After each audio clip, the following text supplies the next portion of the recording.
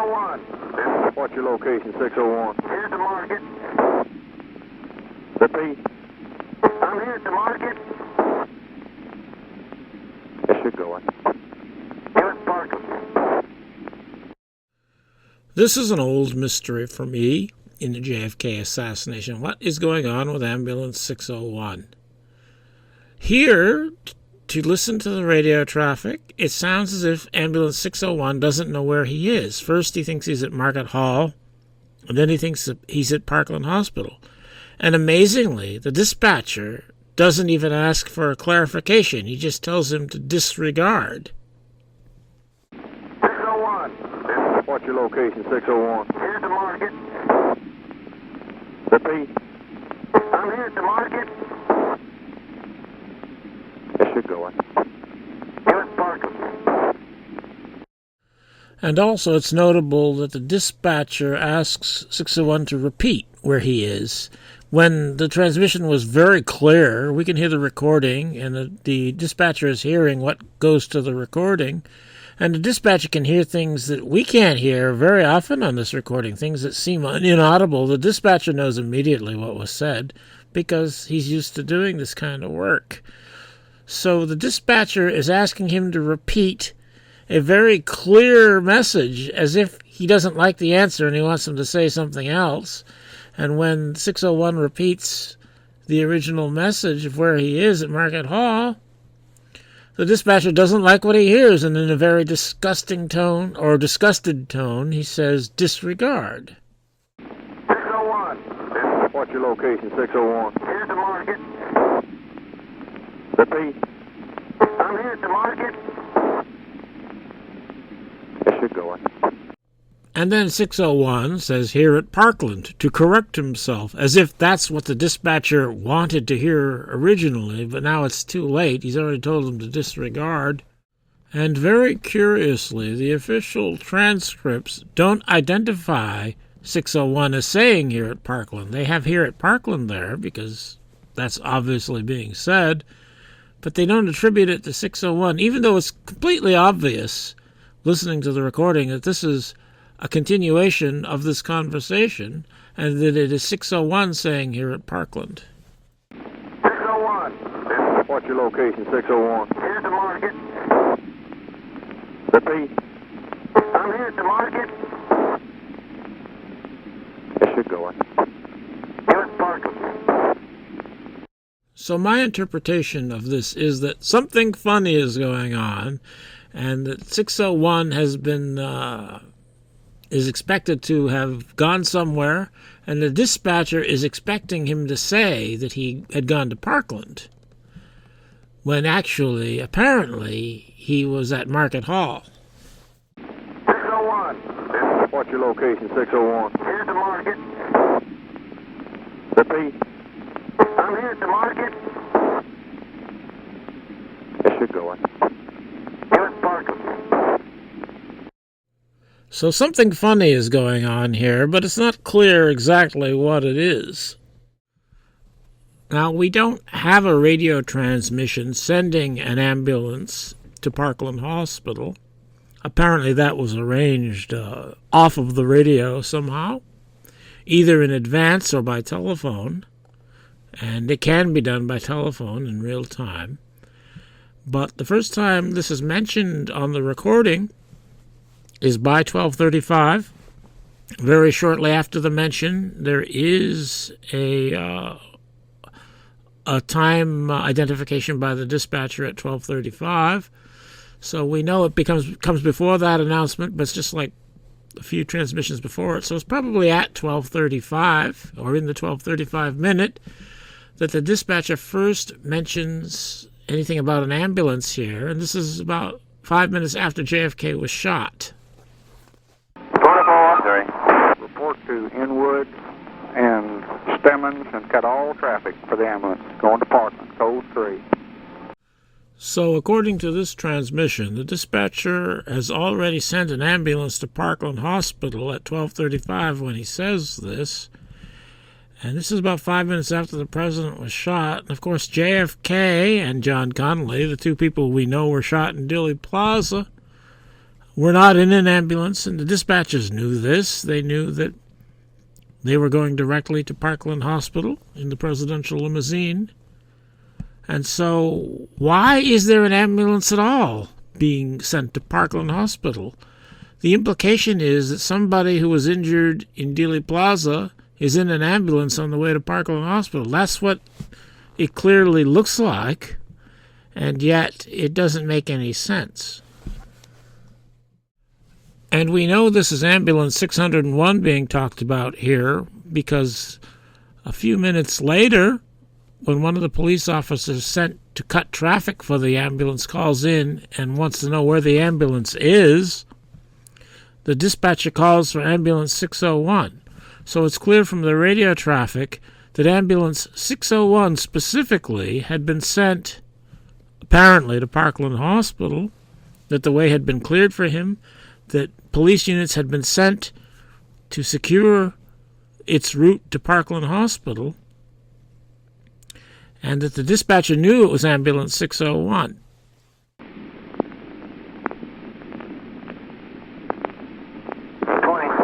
20. The ambulance hasn't arrived on Hines yet. Do you have a location on it? 601. So the radio traffic indicates that ambulance 601 had been sent to Parkland Hospital within a couple minutes of the assassination time, even though we don't hear him being sent there. We hear the dispatcher dispatch 2 police units to secure the way for the ambulance to go to Parkland Hospital. And then when the ambulance is actually heard on the radio, he says he's at Market Hall.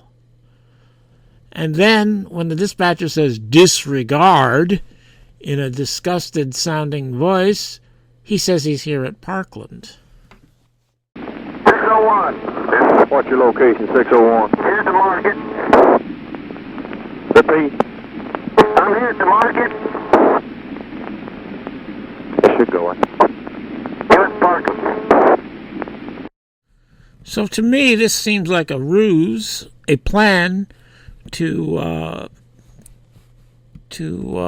trick anybody listening to the recording into thinking that an ambulance had been sent to Parkland Hospital and really had gone to Parkland Hospital, and that 601 was supposed to say that he was at Parkland when the dispatcher called him for his location, but the 601, the ambulance driver, mistakenly said he was where he really was, at Market Hall. And then he realized he was supposed to have said that he was at Parkland Hospital, and then he says that he's at Parkland Hospital, even though he's already said he's at Market Hall. So I think he's really at Market Hall. I think the plan was to make it look as though he had gone to Parkland Hospital. That still doesn't explain what's going on, but it does explain this radio traffic. That explains why the dispatcher is disappointed that he didn't say he was at Parkland Hospital. It doesn't make sense that he's at Market Hall. And this is a plan that the dispatcher knows is going on, and that the ambulance driver of 601 probably knows is going on, but he made a mistake. He said where he actually was rather than where he was supposed to be in the ruse here. So this ambulance is really at Market Hall. He's not at Parkland Hospital, but the Dallas police want us to think that he is at Parkland Hospital. But still, that doesn't really explain what's going on, does it? Now, some people might think that this ambulance really was taking somebody to Parkland Hospital, that somebody else had been injured, either in Dealey Plaza or on the motorcade route. There is a wacky theory about a Secret Service agent having been killed during the motorcade. And they might argue that that Secret Service agent was in this ambulance. But even if that were true, it wouldn't explain what's going on in the dialogue here on the radio. Then the ambulance would be at Parkland Hospital and say he's at Parkland Hospital if he had brought somebody there. And if it wasn't the Secret Service agent that they had to cover up because he was trying to expose the assassination plot, allegedly, then they would tell us who it was, because there'd be no reason to hide it if someone else just happened to get injured in Dealey Plaza. So there is no good explanation for this in the official story and the shill theories that are out there. I'm the first one to come up with an explanation for this, that I've seen anyway. Though I'm sure there are other people who have figured it out. I'm no genius. But you won't find any story that explains this except for mine. And the conspiracy crew tied a bow on this 601 problem by having the ambulance called in 9 minutes later to say that they're at Parkland Hospital now, as if that explains anything. 601. 601. Stand by at Parkland. 10-4. If you want to believe that. This is from an official Dallas police radio transcript from earlier, before the assassination, and I don't have a recording for this. But at noon, Ambulance 601 was at Love Field, and according to this, if you figure it all out, Ambulance 601 was going to be on its way to Market Hall after it completed its assignment at Love Field. So what this shows is that Ambulance 601 is assigned to the presidential motorcade. It's a kind of a dedicated ambulance to this event. And there's also a transfer ambulance that will be at that location, being Market Hall. So they've got two ambulances that 30 minutes before the assassination, the Dallas police are being careful to note where they are. And that might be relevant. That is, if 601 is part of some kind of assassination plan, as I say it is, then it would make sense that the Dallas police are keeping track of it before it's needed for what they're going to use it for. And it's interesting that we have a transfer ambulance here. I couldn't find an official definition of a transfer ambulance, but the implication is that a transfer ambulance would transfer a person or a body from one location to another, and that 601 would be a complete, full-service ambulance. That's my interpretation of that anyway. We never hear in the radio traffic any mention of a transfer ambulance after this.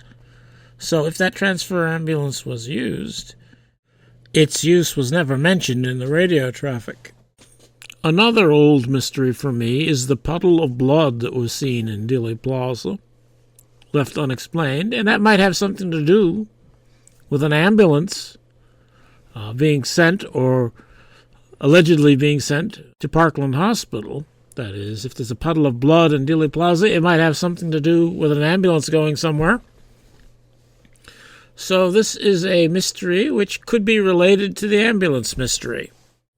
And we have two different accounts from two different people of two different puddles of blood. I think only one of these accounts is true, and I think the other one is disinformation. Anyway, Jerry Coley has a story of a puddle of blood, as does Malcolm Couch. Jerry Coley is one of these guys standing in an elevated position there. I think he's the one on the left, the one not wearing sunglasses. But I was never able to pin that down precisely. But he's said to be one of these people here, one of these two. Jerry Coley didn't tell his story until 25 years after the assassination.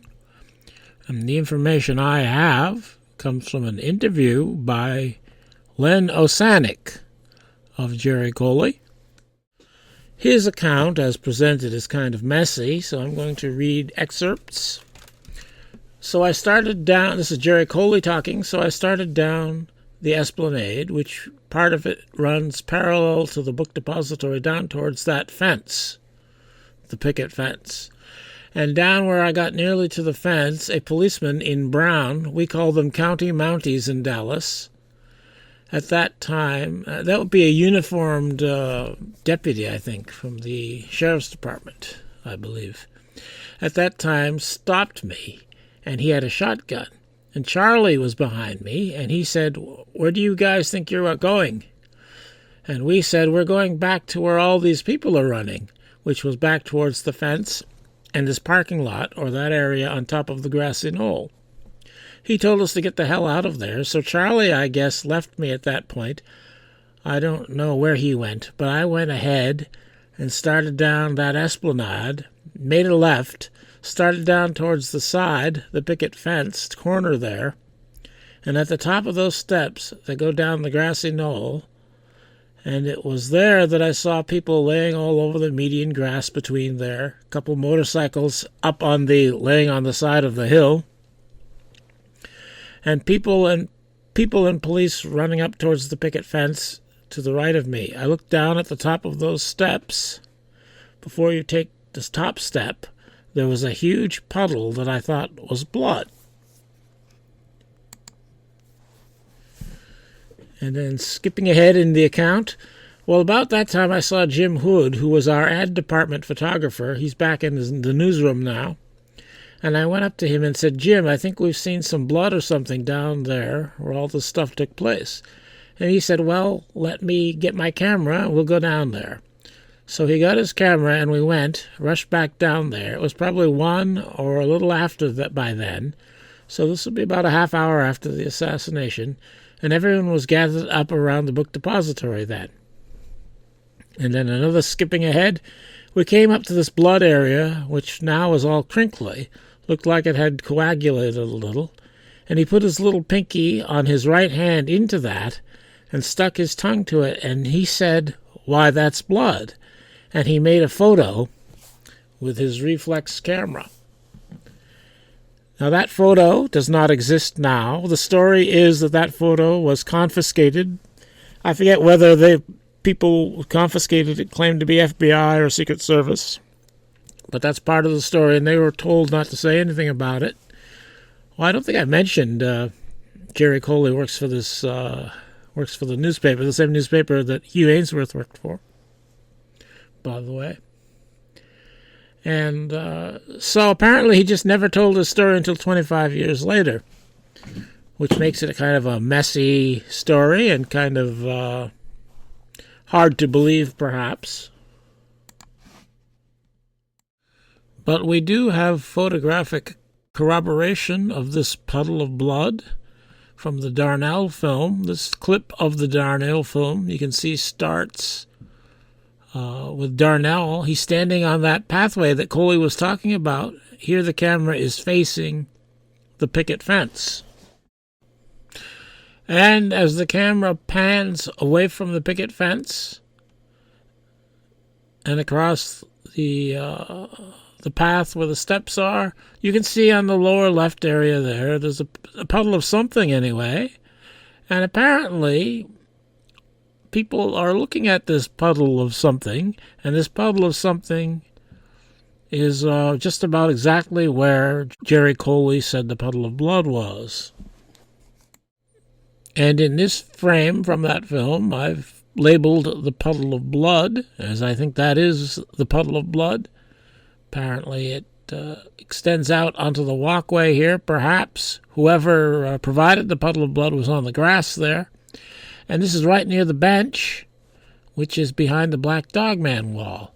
And there's a man with white pants or light-colored pants there that I have labeled "Man standing at corner of Black Dog Man wall," where the Black Dog Man was standing.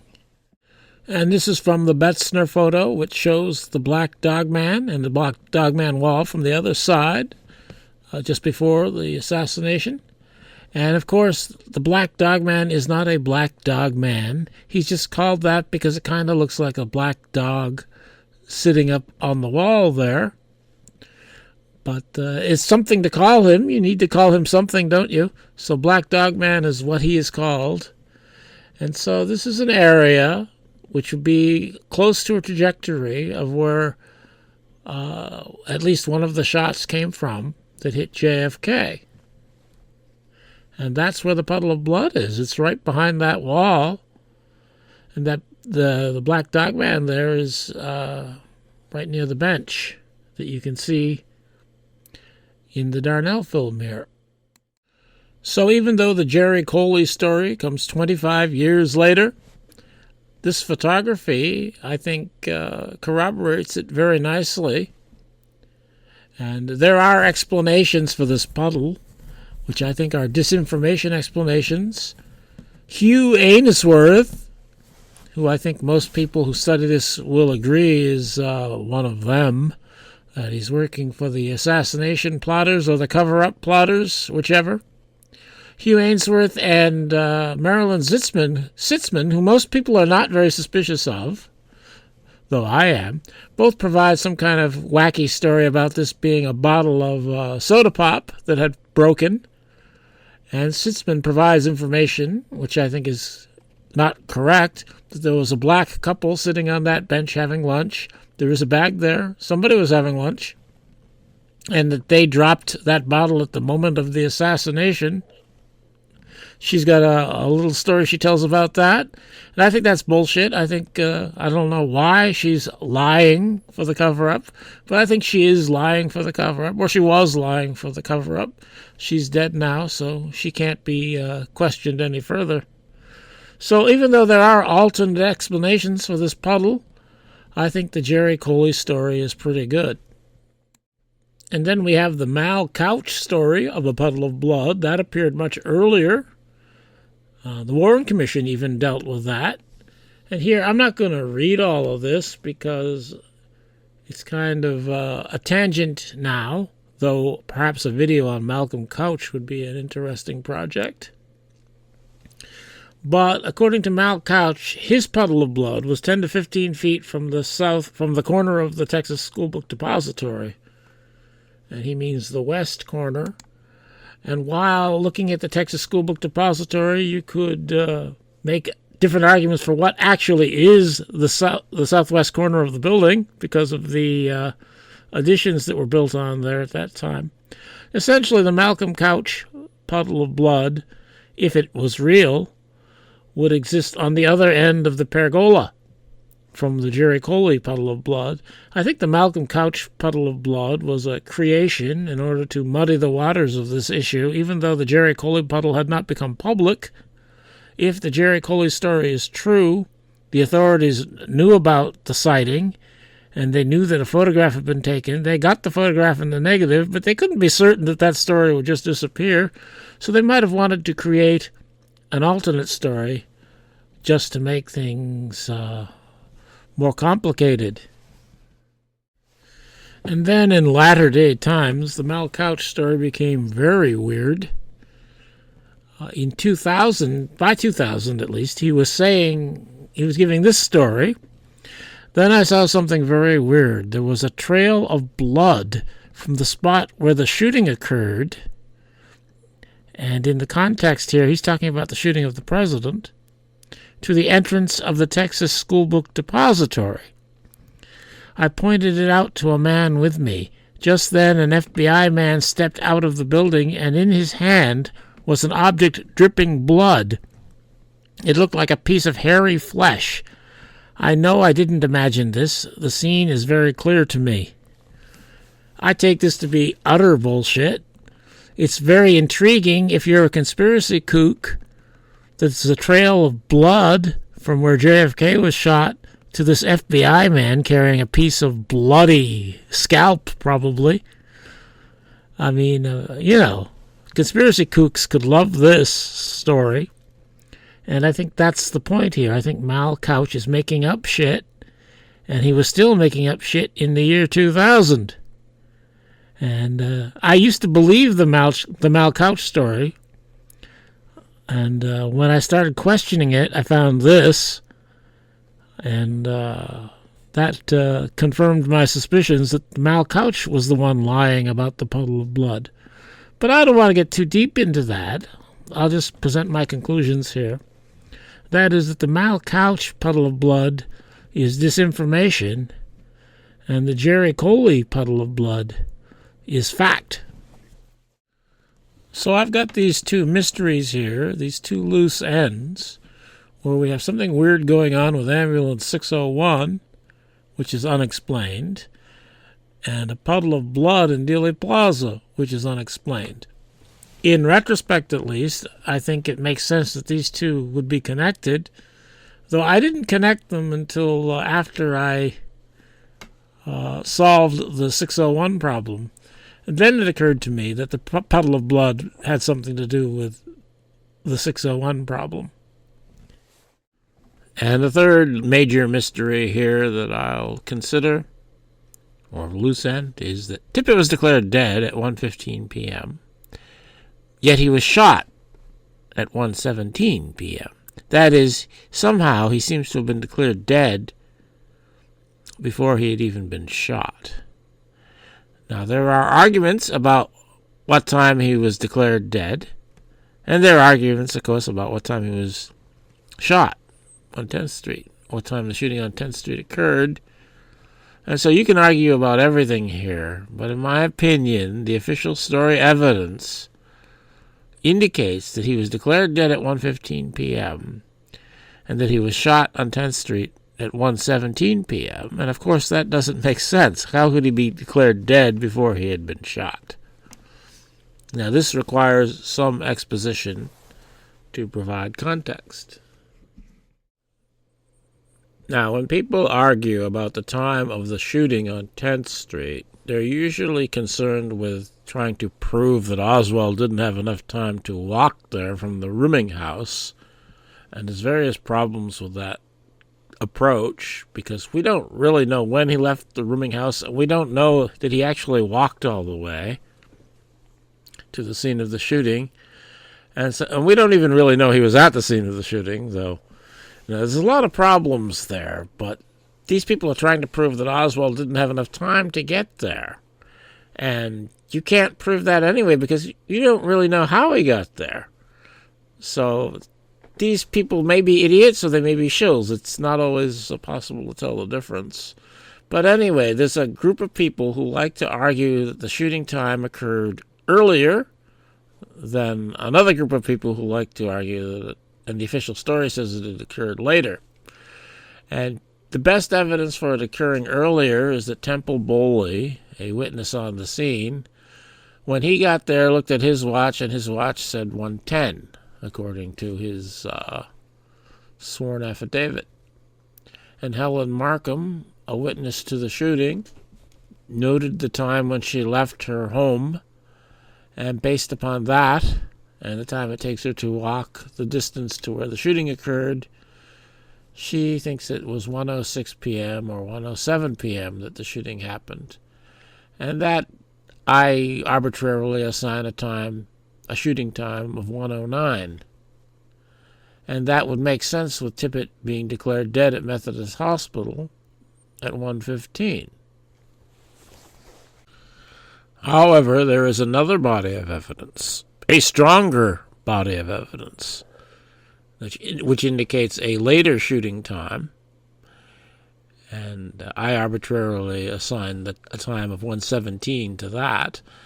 And the strongest part of this evidence is the radio recording from the police radio recording, which I think indicates the later shooting time, because we're getting calls on the radio or traffic on the radio talking about the shooting on 10th Street at 1:18, and it would make sense that that talk on the radio would come very quickly after the shooting, because people are calling in, witnesses are calling with their telephones, and we have a call which I estimate to be at 1:19, and then one of the ambulance personnel later said that they got the call at 1:18.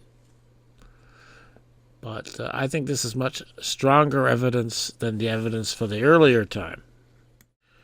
The strongest evidence indicating the time of the shooting on 10th Street comes from the radio transcript here, and from the radio recording, which the transcript comes from. Either T.F. Boley or Domingo Benavides, two witnesses on the scene, it's not really clear in the evidence which one, but either one of them called in on Tippit's radio after the shooting to report the shooting. And if you analyze the tape, you figure from the dispatcher's last time announcement on the recording, then you conclude that this call after the shooting about the Tippit shooting came in the 1:18 minute. Now, there are people who will cite Domingo Benavides' account that he waited a few minutes after the shooting before he called on the radio. If it even was he who called on the radio, it could have been T.F. Bowley. It's not really clear who called on the radio, but that doesn't make any sense if taken literally. Nobody would wait a few minutes, literally minutes, after the shooting to call in on the radio. We're talking a few seconds, maybe as much as a minute. But there's no way he waited a few minutes. And people will often say things like that. They'll say a few minutes when they mean a few seconds. And I think we have to be reasonable here. There's no way, with the shooter going away quickly, as he did, that somebody's going to sit around for a few minutes before he reports the shooting. So I think this is the strongest evidence here that the shooting took place before 1:18, but only about a minute at most before 1:18, and that's why I say 1:17. And then in the 1:19 minute, the dispatcher gives out an address on the radio of 501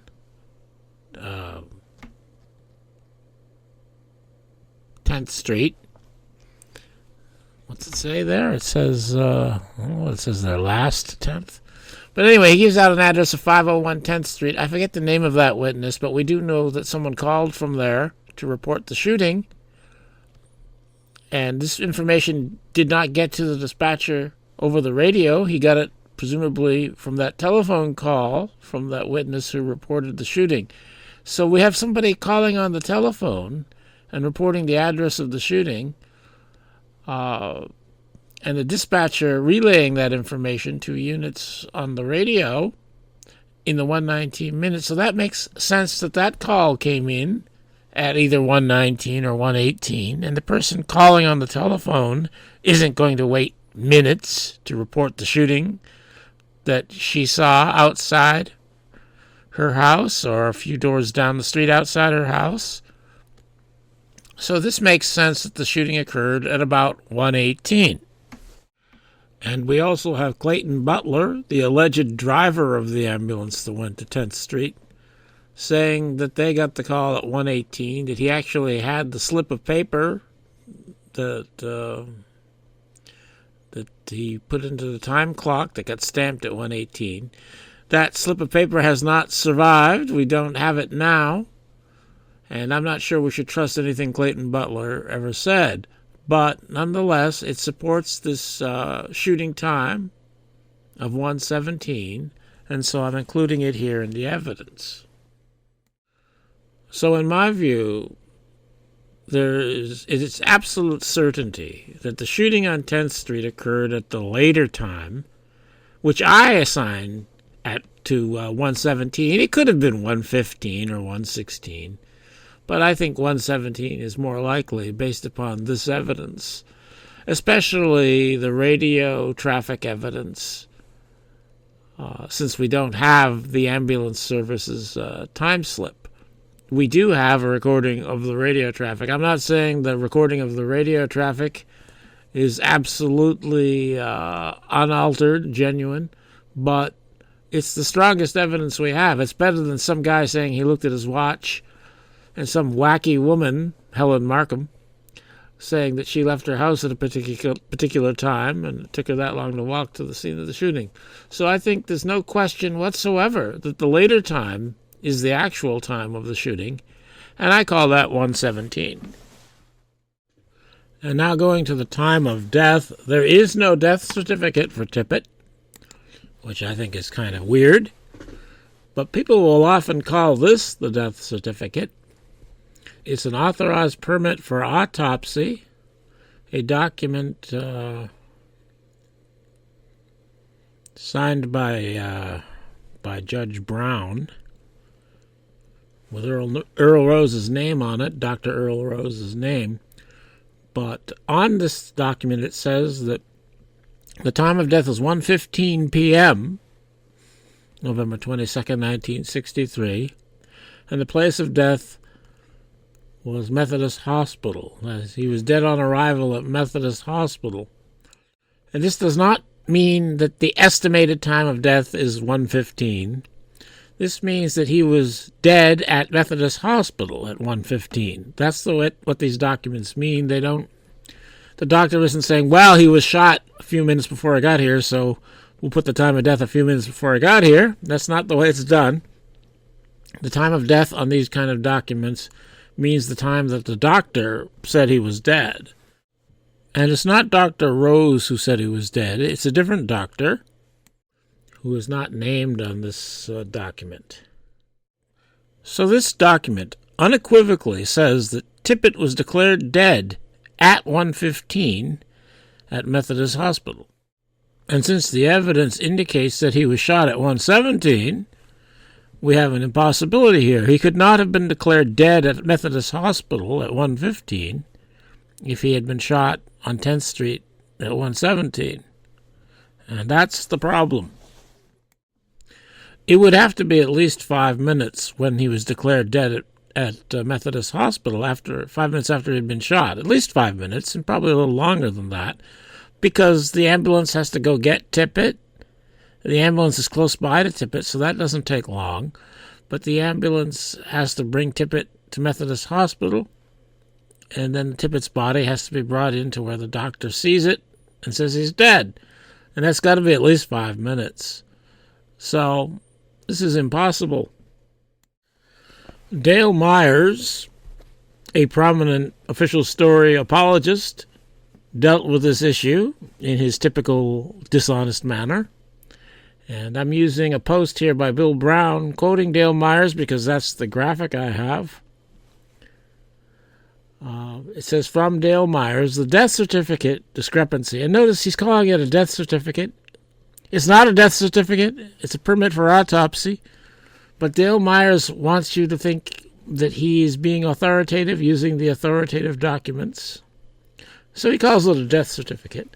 The death certificate discrepancy, as I noted with Malice, that's the name of his book on the Tippit murder, was explained during a 1983 interview I conducted with the late Dr. Paul Mullenhoff, the conveniently late Dr. Paul Mullenhoff, because it's convenient because Dale Myers has no evidence whatsoever that he ever talked to Dr. Paul Mullenhoff, or he's never presented any. We don't have a transcript of his interview, and we have nothing at all but his word that Dr. Paul Mullenhoff, that he talked to him, and he attended Tippit at Methodist. He told me that the clocks within the emergency area at Methodist showed different times, neither of them accurate, as it turns out.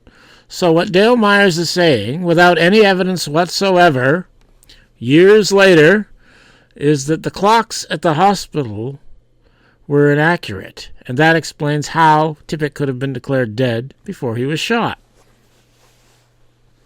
He used the 1:15 p.m. time shown on one of the clocks. The time reported to the FBI by Dr. LaQuarrie, 1:24 p.m., is probably the accurate one based on the recording time of Boley's call, the recorded departure of the ambulance from 10th and Patton, and the known drive time from 10th and Patton to Methodist Hospital. So Myers is going with the later time, as I do. I think he actually even says it's 1:18 down in the last paragraph you can see here. I say 1:17, but he has it even later than that, 1:18. But anyway, here he says that Dr. LaQuarrie reported a time of 1:24 p.m. to the FBI.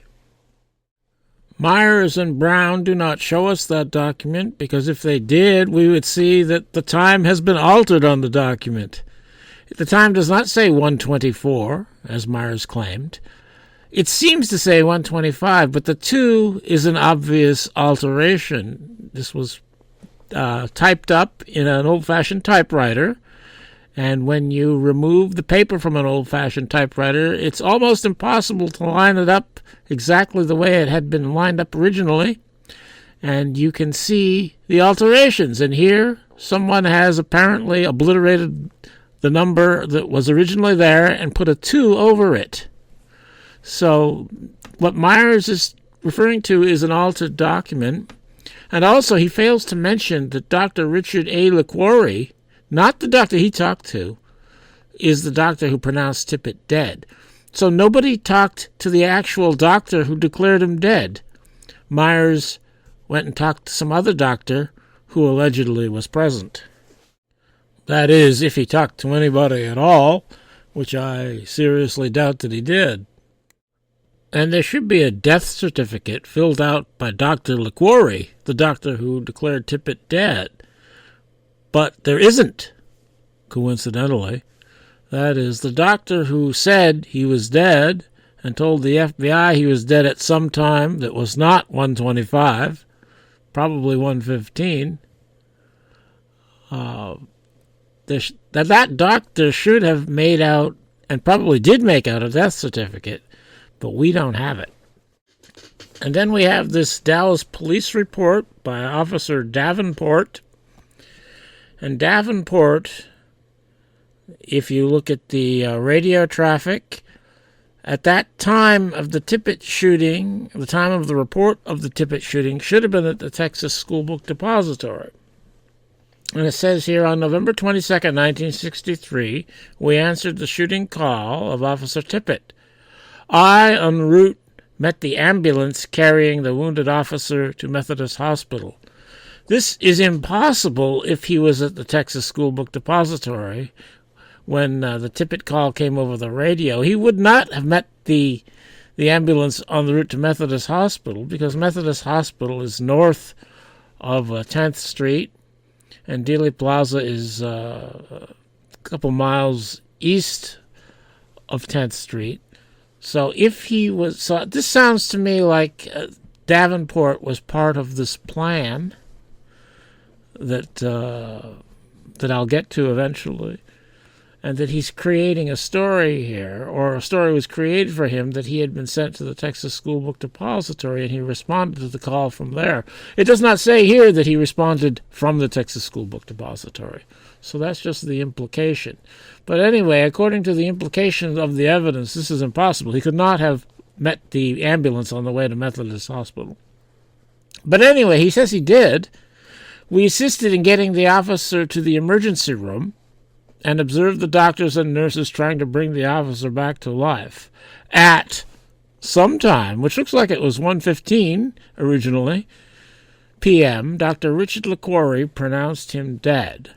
Okay, so here we have unequivocally this police officer saying that the time of death represents the time at which Tippit was pronounced dead.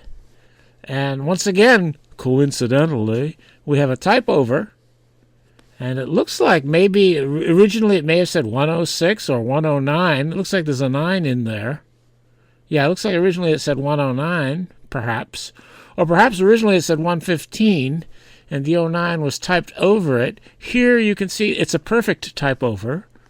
So the paper did not leave the typewriter before this correction was made. So it may be that he was told to obscure the time, and that's why he typed an 09 over it, even though an 09 doesn't really make much sense. So you could argue that the 15 was typed over the 09, and I'm not sure which would be true. In any case, we coincidentally, and this is the case with every single official document which refers to the time of death that is contemporary to the original investigation, there's always an alteration on the time.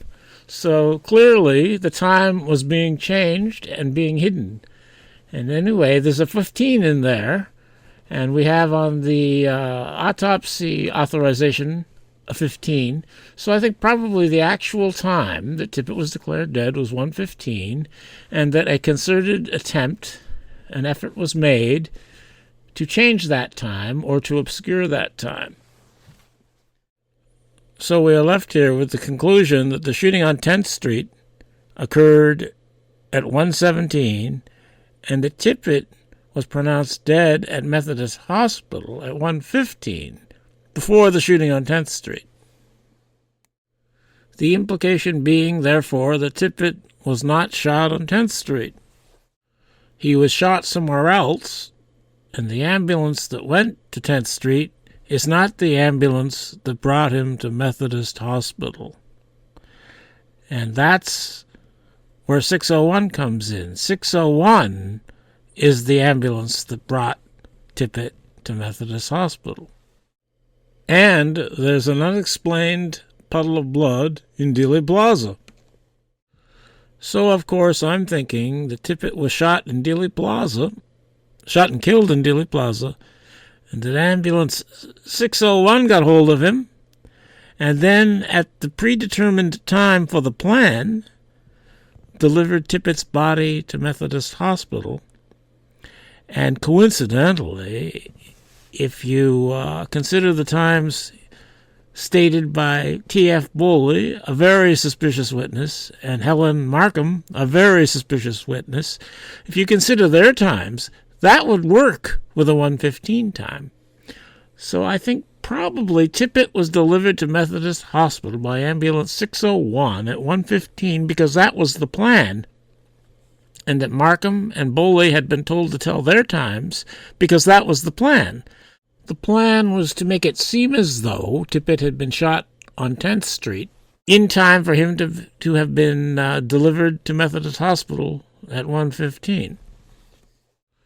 But something went wrong with the plan, and the shooting on 10th Street went off a little later than planned, but nobody told ambulance 601, so Tippit was delivered at the planned time, therefore making for the impossibility we have here. That is, that he was declared dead before he had been shot on 10th Street.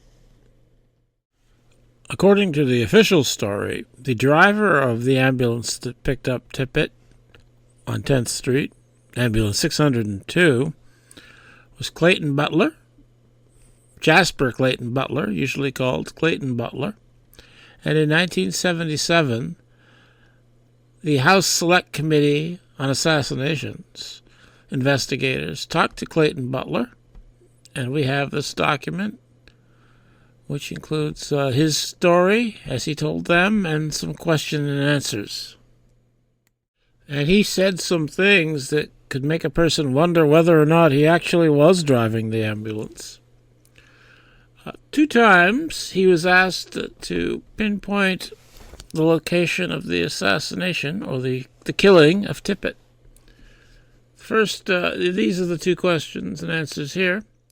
Is there any other manner in which you might pinpoint the exact location of the shooting? And his answer, in 1963 there was a white old-styled frame house, approximately 2 rooms wide, with a covered front porch on the front of the house. This house has since been demolished and replaced with a large apartment complex. At the present time, the approximate location would be from the second window from the east in the present apartment complex. That's very pinpointed. This puts it much closer to Denver than Patton. And the second time he was asked, could you be more precise with regard to the 10th Street location? Let's say it was on 10th Street, 3/4 of the way between Patton and Denver,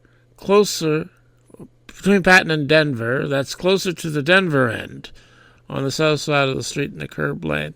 So both times here, he says it's much closer to Denver than Patton, whereas the actual place where Tippit was shot was much closer to Patton than it was to Denver. So 2 times, Clayton Butler identified the wrong end of the street that the shooting occurred on.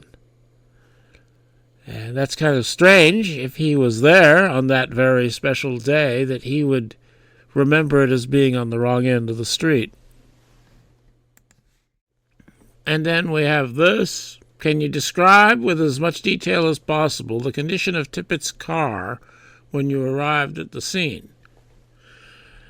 When we arrived, the squad car was in the curb lane without red lights flashing, and to the best of my recollection, the squad car was not running, so therefore the radio system would have been off and no one could use the police radio.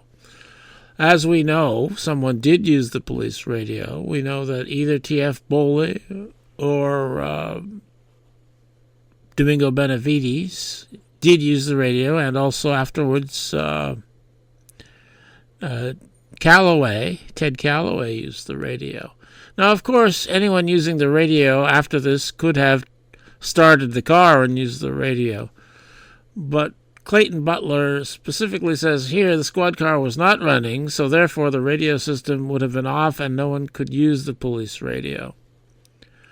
This doesn't definitely mean he's wrong. But once again, there's the indication here that he doesn't remember exactly what the situation was. Now, you can argue, this is 14 years later. You might not expect him to remember everything perfectly. But it is another item on this list which calls into question whether or not he actually was driving Ambulance 602.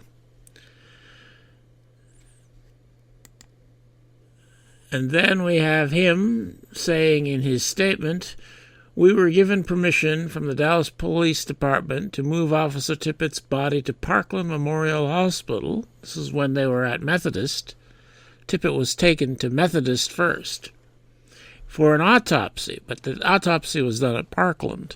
Upon arrival at Parkland Hospital, all streets leading to the hospital were barricaded and manned by uniformed officers. We had to show that we had a Dallas police officer in our ambulance before we were permitted to proceed to the hospital.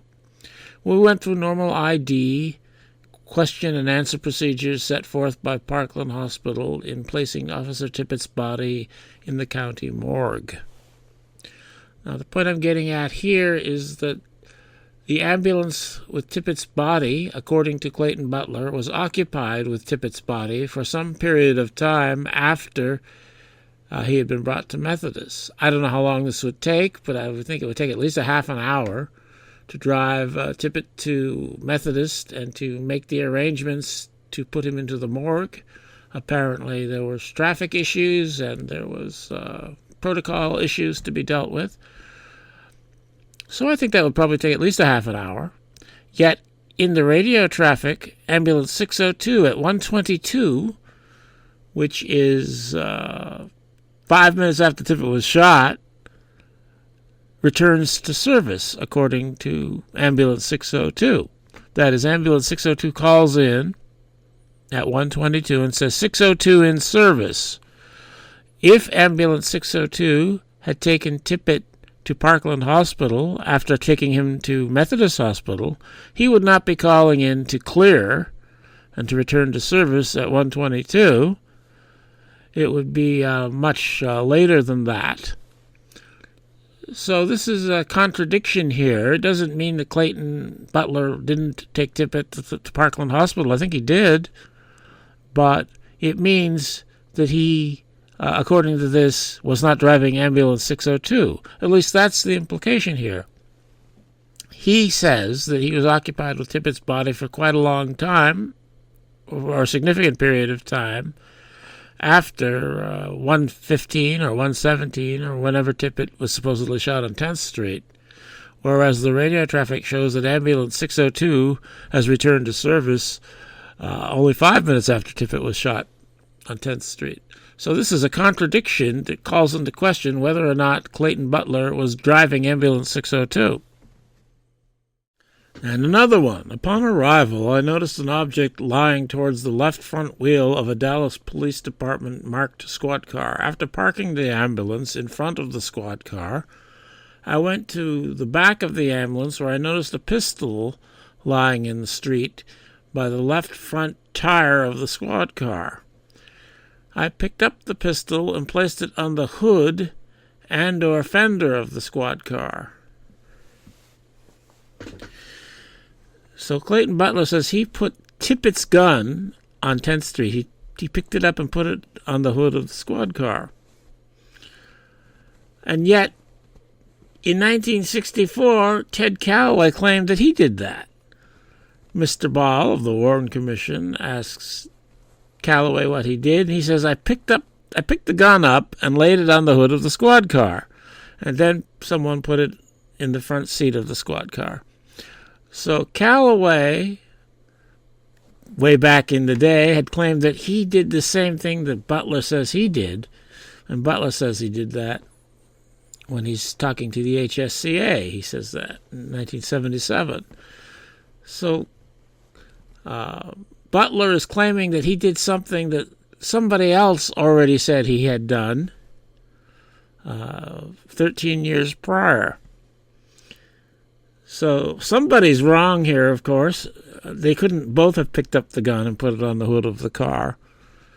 But Calloway had said that earlier, so it's as if you read the Dallas police documents, you will see that the gun had been put on the hood of the car, but nobody knew who had done that. But if you read the Warren Commission testimony of Ted Calloway, you can see that Calloway said he did that. So it's as if somebody was coaching Butler to talk to the HSCA, who had access to the Dallas Police Department documents, but who had not read the testimony of Ted Calloway, in a way to make it seem as though Butler had been there, to say he did something that had been done there, where it had not been known who had done it. But it had been known who had done it, because that was in the Warren Commission testimony. So this makes me think that perhaps Clayton Butler had been coached by someone on the Dallas Police Department who had access to the Dallas Police Department documents, and according to those documents, the pistol had been placed on the hood of the car by somebody, but it was not known who had done that, and yet hadn't checked the testimony of Ted Calloway to the Warren Commission, where he said he did that. Calloway had not told the Dallas police that he had done that, and so I think this is a story created by Clayton Butler with the help of somebody else to make it seem as though he had been there when really he hadn't. And it was done imperfectly. And this is my favorite one. This is one where this was the thunderbolt from heaven that shocked me into recognition of what happened here. Clayton Butler actually said that he was driving ambulance 601. 601. What's your location, 601? Here's the market. Repeat. I'm here at the market. Yes, you're going. Here's Parkland. 602 is the one that supposedly picked up Tippit on 10th Street. And of course, ambulance 601 is the ambulance I started talking about in this video. The one that did these weird things about saying he was at Market Hall when he was supposed to say he was at Parkland Hospital. Clayton Butler said to the HSCA that he was driving ambulance 601. And that explains everything. That explains why he doesn't know what happened on 10th Street, because he wasn't on 10th Street. He was in ambulance 601, but he did deliver Tippit's body to Methodist Hospital, because Tippit was not shot on 10th Street. Tippit was shot in Dealey Plaza, behind the Black Dogman wall, where he left his blood, and then somehow he got onto ambulance 601, and his body was in ambulance 601 when Clayton Butler was at Market Hall, where he was supposed to have said he was at Parkland Hospital. And here we have two examples of Clayton Butler showing that he's not a very good liar, because he's supposed to say he's at Parkland Hospital when he's at Market Hall, and he actually says the truth. And when he talks to the HSCA, he's supposed to say he was driving ambulance 602. But he instead tells the truth. He probably hadn't been prepped for that particular point, and he just told the truth about what ambulance he actually had been driving on that day, ambulance 601. So that explains everything. Well, not everything. It explains most things. It explains why somebody was lying, driving ambulance 601, about where he was when the dispatcher talked to him. It's because he had Tippit's body on board, and he was going to deliver Tippit to Methodist Hospital at a particular time. But Clayton Butler was not a professional conspirator, so he blurted out the truth about where he was, just as he blurted out the truth to the HSCA about which ambulance he was driving. 601. What's your location, 601? Here's the market. Repeat. I'm here at the market. Yes, you're going. Here's Parkland. Now, one of the many problems created by my interpretation is the need to explain what happened on 10th Street. Something did happen on 10th Street. There are witnesses who saw a police officer there, apparently being shot, apparently falling to the ground, and apparently taken away in an ambulance. So if Tippit had been shot in Dealey Plaza and was already dead and was on ambulance 601, that means somebody else had to be on 10th Street pretending to be Tippit, somebody else wearing a police uniform. And this is R.C. Nelson, and he was wearing a police uniform. Nelson, according to this Dallas Police Department document, Nelson, whose district number was 87, that means his call number was 87 too, because the district number is the call number, and J.D. Tippit's call number was 78, so we have 87 and 78 here. According to this document, R.C. Nelson, District 87, car 156, dispatched to Texas School Book Depository, were stationed in front of building remainder of afternoon. So this is a pretty good alibi. The Dallas Police Department documents say he was at the Texas School Book Depository for that afternoon, all afternoon after the assassination. But the fact is that Nelson was not dispatched to the Texas School Book Depository. He and Tippit both, at the same time, were dispatched to Central Oak Cliff. 87, 78, move into Central Oak Cliff area. First, Tippit responds, but note that his response, "I'm about Keast and Bonneview," has nothing to do with what he was told to do, move into the Central Oak Cliff area. Now, Keast and Bonneview is in Central Oak Cliff, so you might think that that means his response is, "I'm already there." But he doesn't say that. This could very well be a recording taken previously from radio traffic and played for the event. That is, I have to explain this because Tippit is already dead in my explanation. So I think Tippit's communication here was probably faked, with a recording which the Dallas police would have access to, because they have access to recordings of the radio traffic every day of the year, so they would be able to do that. And there is ample evidence that the Dallas police were involved with this conspiracy on the day of the assassination. So I think that's what was done there. Keast and Bonneview. And then 87, R.C. Nelson says 87's going north on Marsalis at R.L. Thornton. So he's already in Oak Cliff. And he doesn't say he's going to Dealey Plaza, and he's never told to go to Dealey Plaza. 87 going north on Marsalis. And we get the explanation for this from Vincent Bugliosi's book. I forget the name of it right now, but you know who I mean.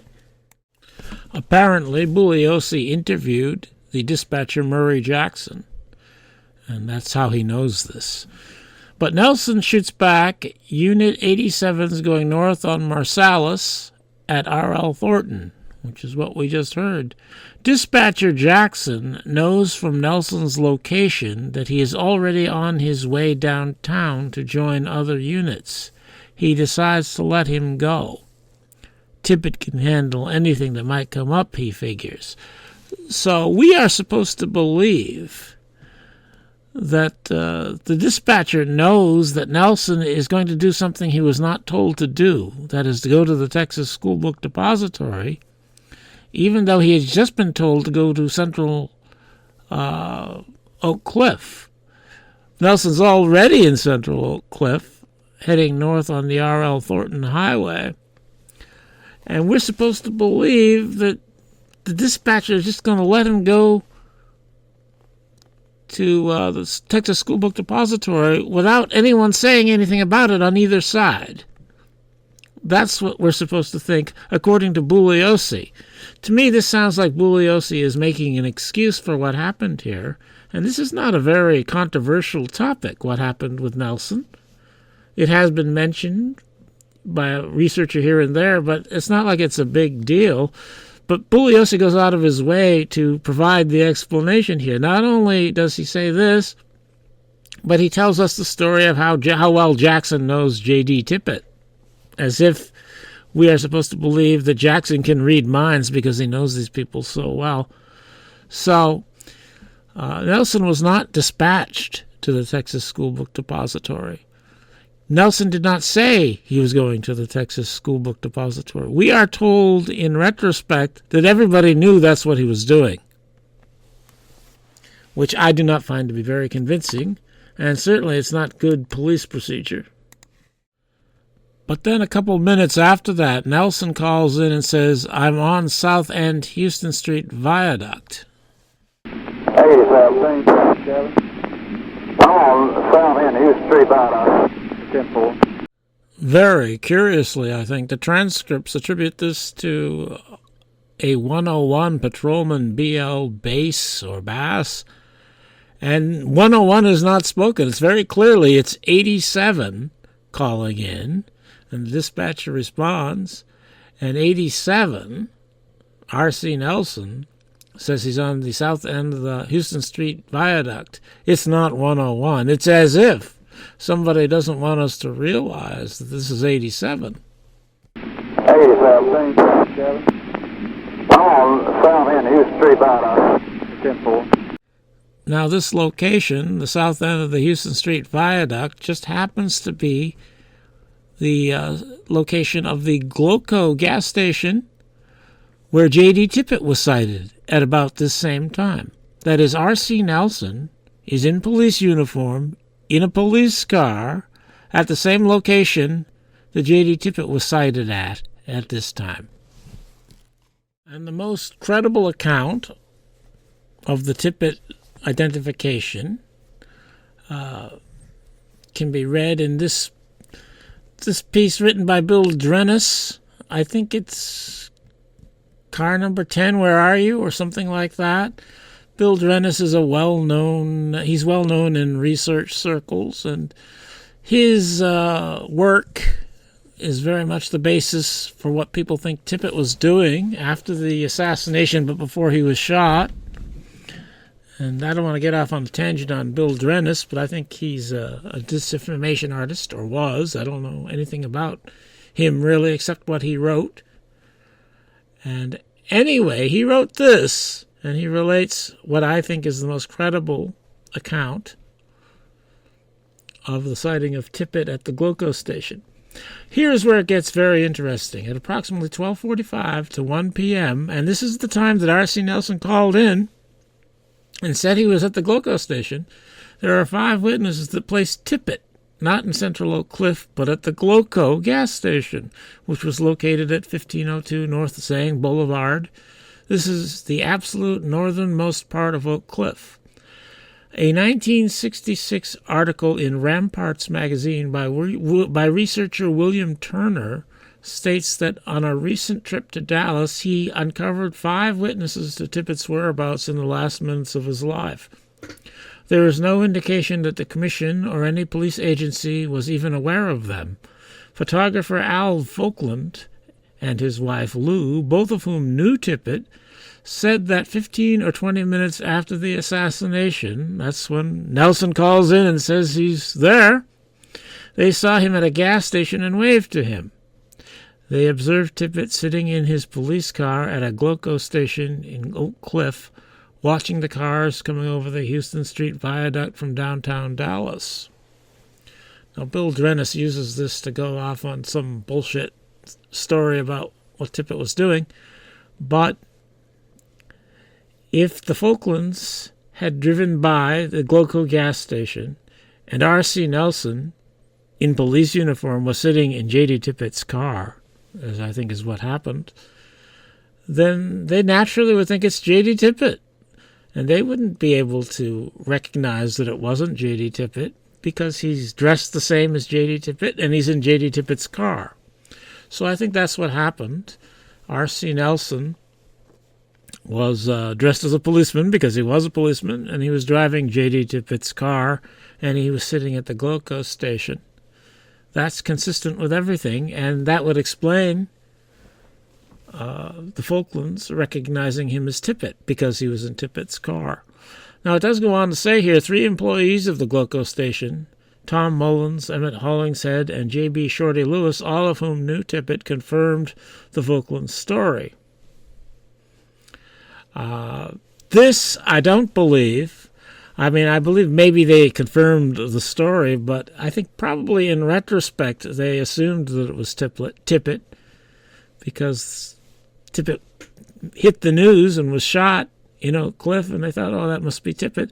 And maybe they knew it was car 10, but they may not have personally known J.D. Tippit. It may even be that R.C. Nelson had been, prior to the assassination, had been frequenting the neighborhood, maybe even wearing a nameplate that said J.D. Tippit on it. I don't know.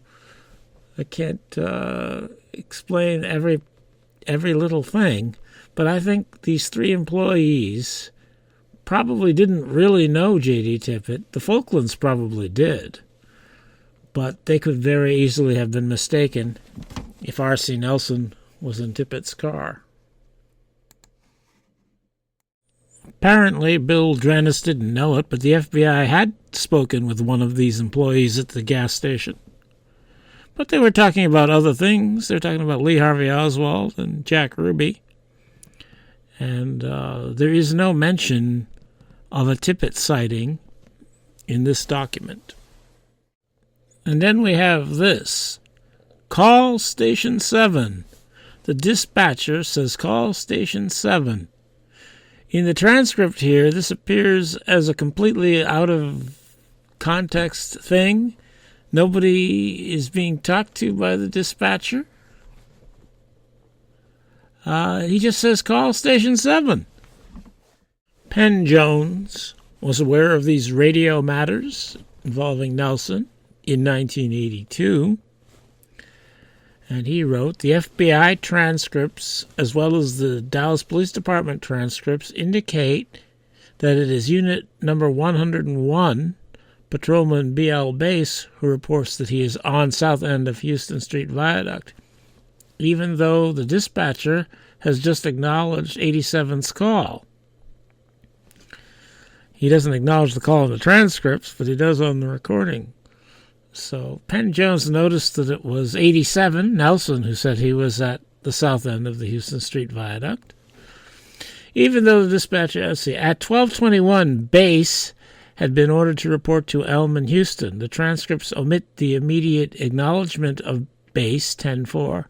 An analysis of Bass's voice and transmission on south end of Houston Street Viaduct not only indicates that the voices are different, but also that the transmission is characteristic of Nelson's voice. In addition, the TCI tapes indicate that Unit Number 101 has already checked out at Elm in Houston. So Penn Jones is saying here what I've already said, that it was not Bass who said he was at the south end of the Houston Street Viaduct, where the Gloco station is. It was R.C. Nelson. He knew that back in 1982. Although the FBI transcript indicates that an unknown unit was instructed to call Station 7, getting to what I just referred to, the TCI tapes indicates that the unit designated is 87, R.C. Nelson. The next transmission from Nelson is at about 12:52, informing the dispatcher that he is out down here, presumably meaning Dealey Plaza. Nelson would have had 3 to 4 minutes to stop and make the telephone call to the sheriff's office. So I think this is why Nelson is at the Gloco station, because this is before cell phones, and he wanted to talk on the phone to somebody and not be recorded on the radio. And he was instructed to call Station 7, and he's at the Gloco station, so he gets out of the car and goes in and uses the phone and calls Station 7, is what I think is going on. One can only speculate as to why Nelson, a member of the Dallas Police Department, previously ordered to move into Central Oak Cliff area, would be requested to telephone the sheriff's office. What was discussed with Nelson? Did the conversation involve J.D. Tippit? Well, as Penn Jones says here, Section 7 is the civil section of the Dallas County Sheriff's Office. And Rambler Man Roger Craig worked in the civil section of the Dallas County Sheriff's Office at the time of the assassination. What was your duty as a deputy sheriff? At the time of the assassination, Yeah. I was a civil warrant officer. What does that mean? Well, I served civil warrants on, Oh, I see. And since I have long been of the opinion that Roger Craig was a disinformation agent, I think probably R.C. Nelson was calling him at the civil section of the Sheriff's Department that Roger Craig was an insider in the assassination conspiracy. Penn Jones doesn't ever seem to have been suspicious of Roger Craig, as far as I can tell. Craig was a special witness to Jones because he had a lot of access to Craig, and it may be that Craig played Jones very well. So I think that Nelson was at the Gloco station in J.D. Tippit's car, and that he was told to call Roger Craig in the Sheriff's Department, and that when he says out down here, he doesn't mean he's out in Dealey Plaza. He means he's out at the last place he said he was, which was the south end of the viaduct, and that's where the Gloco station is. He got out of his car to call Roger Craig. That's what he meant when he said out down here. And after his talk with Roger Craig, he did not go to Dealey Plaza. He prepared for his job on 10th Street, impersonating J.D. Tippit, pretending to be shot as J.D. Tippit, and then being taken away by ambulance 602. So, reviewing the Nelson timeline from the radio traffic, at 12:45, he sent to Oak Cliff. That's his cue to start doing his thing. Around 12:47, he's at the Gloco station. And then around 12:52, he says, out down here. He's still at the Gloco station. And then at about 1:21, he says he's in his car. I'm in my car here at Elman Houston. Do you want me over there? So Nelson is absent from the radio from about 12:52 until about 1:21, about 29 minutes. And the shooting on 10th Street was at about 1:17. So during this time of his absence from the radio traffic is the time the shooting on 10th Street occurs. So he's got no alibi. And I say he was the officer who was in the play happening on 10th Street. He pretended to be shot, and then he was taken away by ambulance 602. And notice that at about 1:21, he tells the dispatcher that he's in Dealey Plaza in his car, as if he hadn't been in his car before that.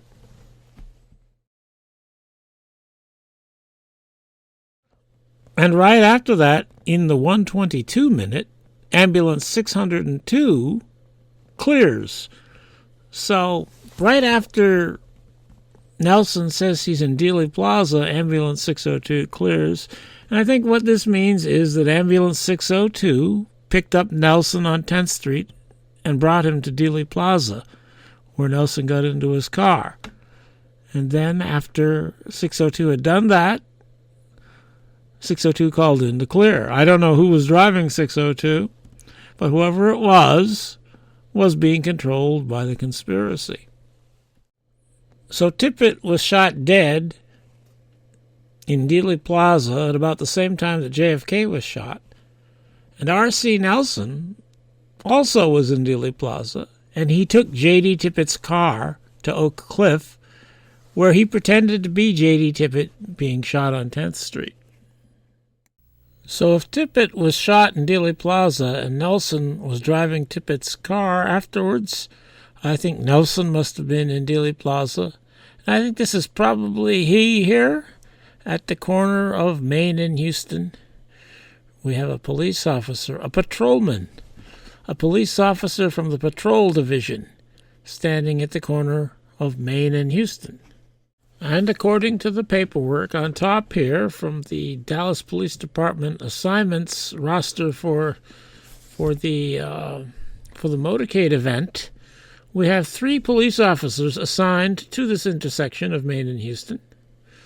Patrolman Officer B.J. Fox, Officer C.E. Lewis, and Officer W.H. Denham. And all 3 of these officers are in the traffic division. As you can see from the paperwork below, the bachelor exhibit, all 3 of these officers are in the traffic division. And the traffic and patrol divisions wear different hats, as is illustrated in this Willis photo, very conveniently. The officer in the white hat is in the traffic division, and the patrol division wears the dark blue hat. And the officer standing at the corner of Main and Houston wears the dark hat, so he's in the patrol division, just like R.C. Nelson is in the patrol division.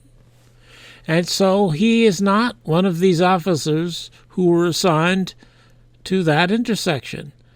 And this makes me think that he was assigned to that intersection by the conspiracy.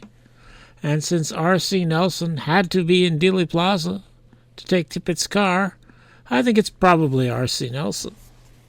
We actually have some Warren Commission testimony about this officer from Officer Smith, one of the Officer Smiths, there were 2, assigned to the intersection of Houston and Elm. And Liebler asks, were there any other officers there in connection with this fellow that had the epileptic fit? Yes, there was one more. He was a radio patrolman. Do you remember his name? I don't remember his name. I swear I was trying to think of it before this even. He was a radio patrolman? You mean he was driving a motorcycle or had a car? No, he was assigned, I think. If I am not mistaken, I think he was assigned to Main and Houston, and he was down there with the man when arrived at the scene.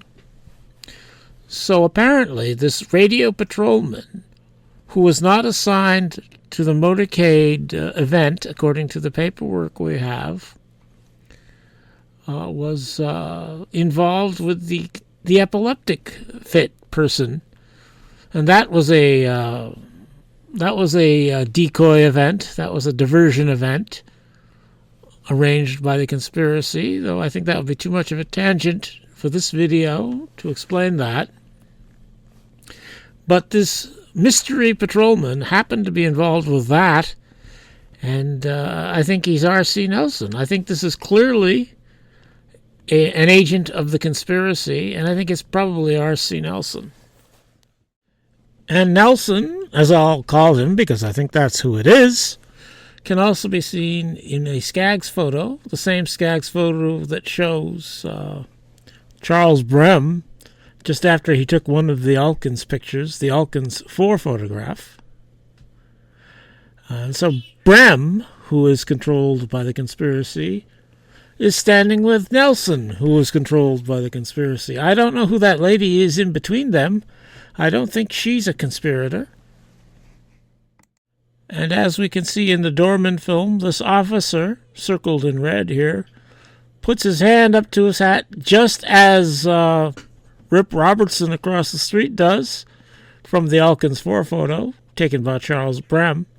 Both of them put their hands to their hats, presumably as a signal to someone in the car, I think to John Connolly, because John Connolly is looking over in the direction of Nelson, and I think they wanted to make sure Connolly got the signal, so they had one man on each side of the street give the signal.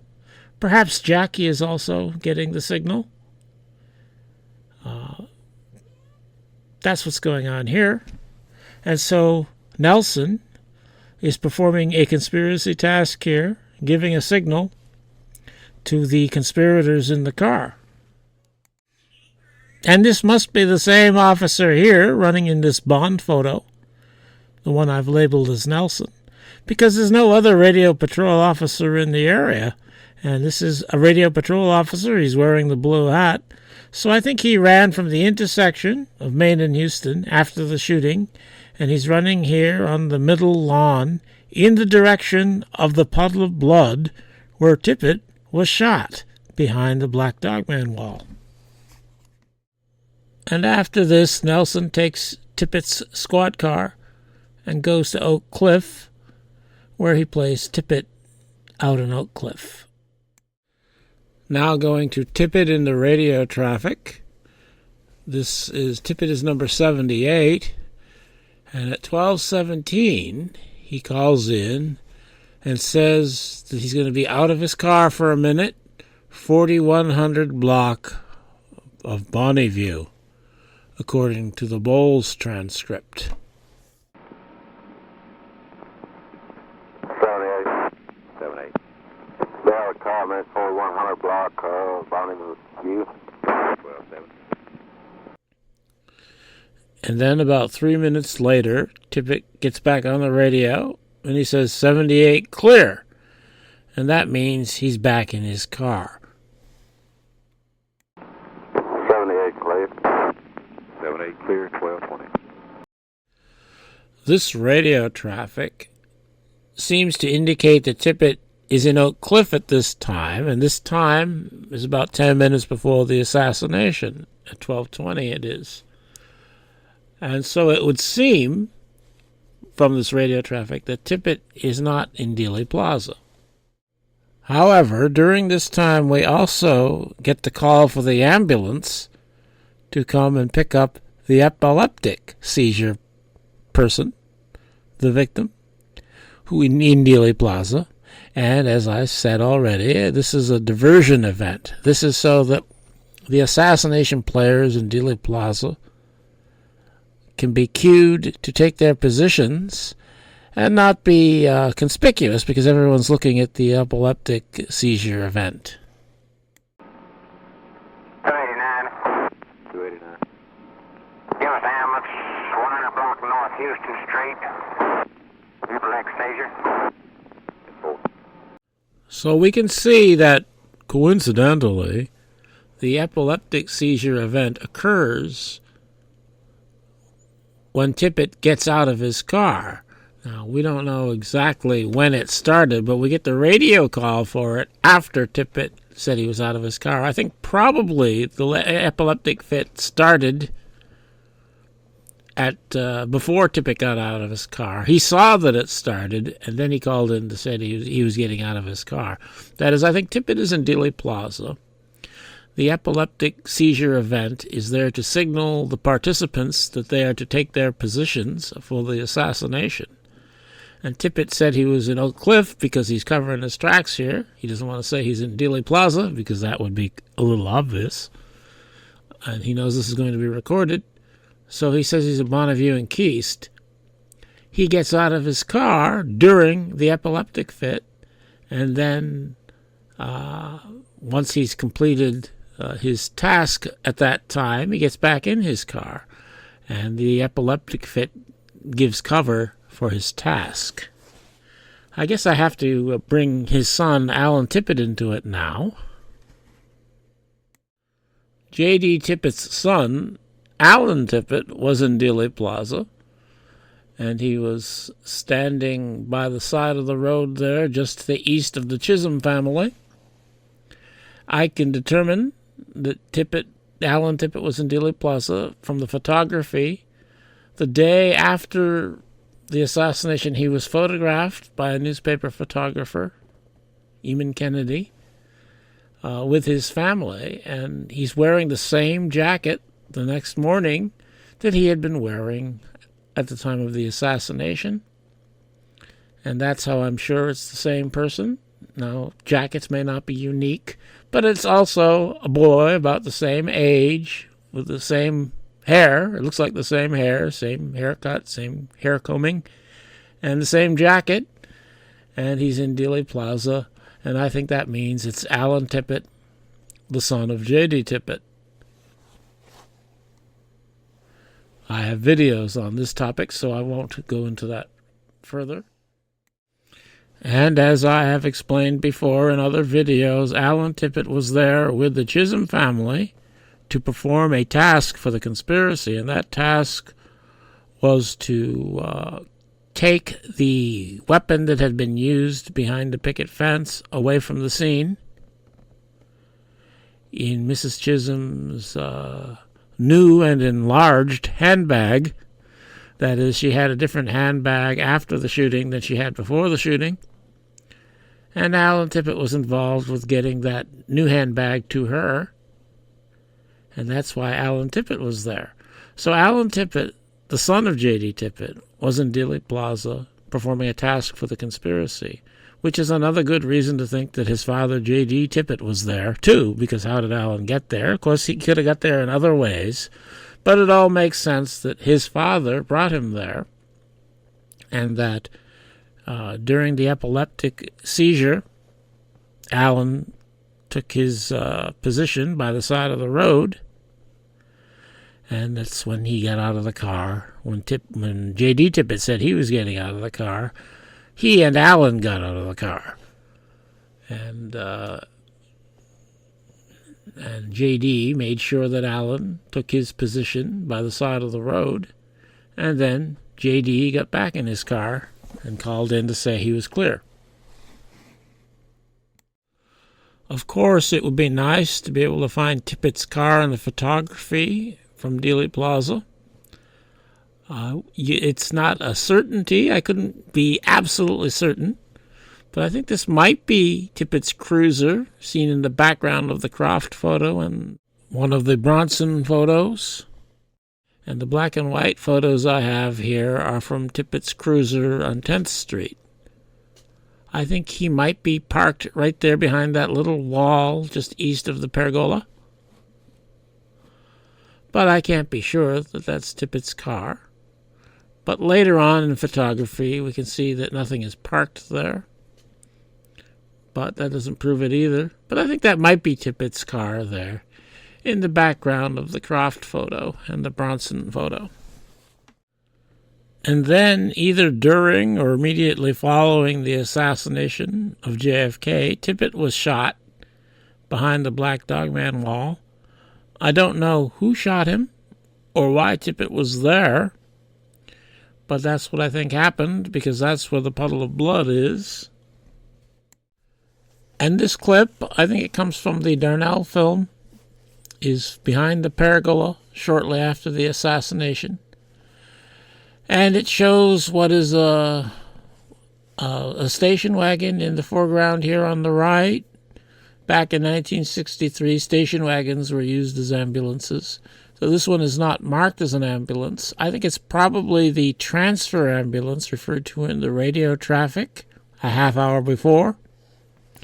Circled in green there is the white hat of a police officer, and circled in blue in the middle area is what looks like it's probably a plainclothes police officer of some kind, or perhaps a sheriff's department deputy. A plainclothes officer. And in the background you can see there's a crowd mulling around, but they're not mulling around near the station wagon. This seems to be a police-protected area where the station wagon is. And I think that's because the police, or these two people here, have a body, J.D. Tippit's body, in the transfer ambulance. I have blood marked there with an arrow pointing down, because that's where the puddle of blood is behind the pergola.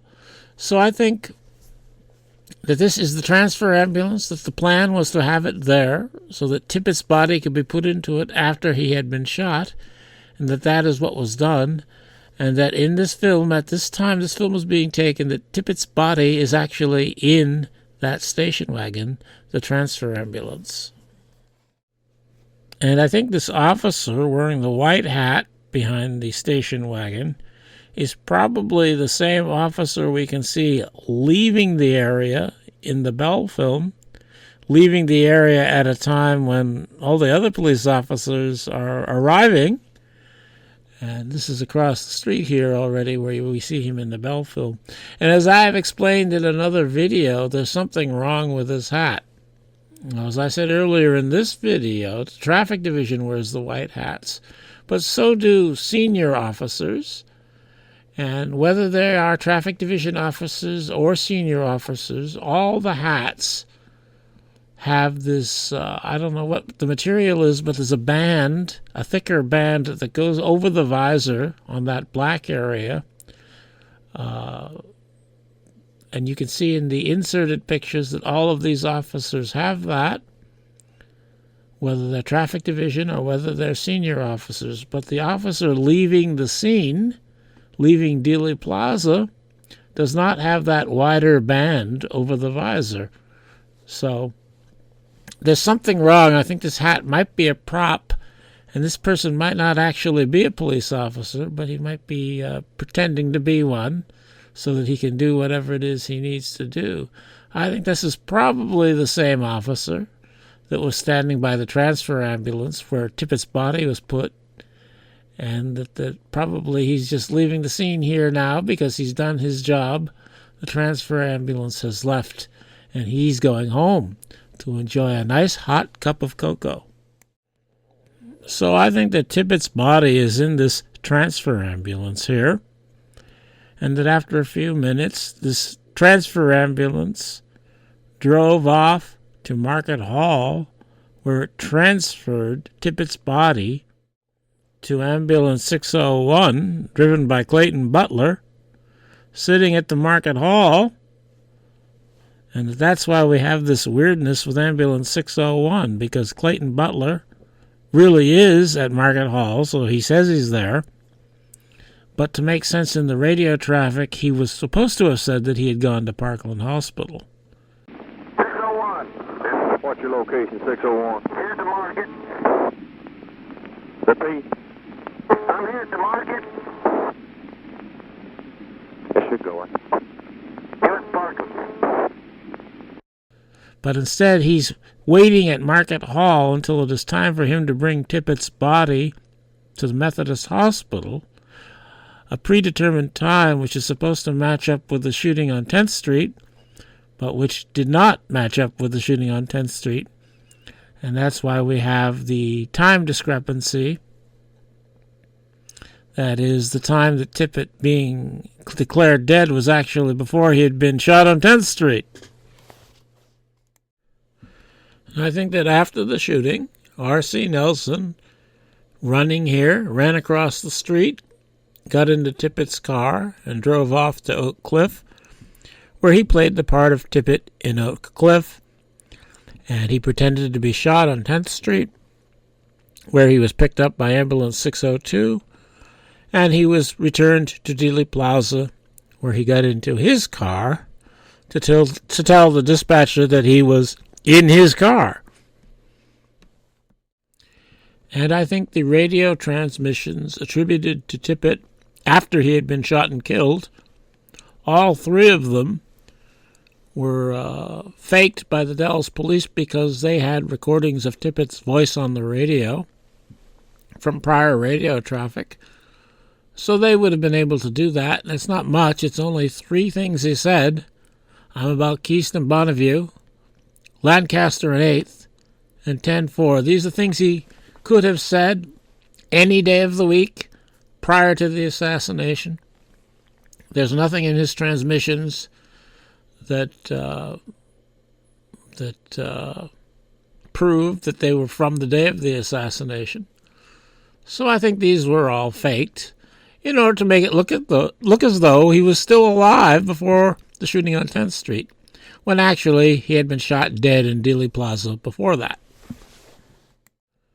So this is what happens when you try to explain the evidence. Sorry if you don't like it. 601. What's your location, 601? Here's the market. Repeat. I'm here at the market. Yes, you're going.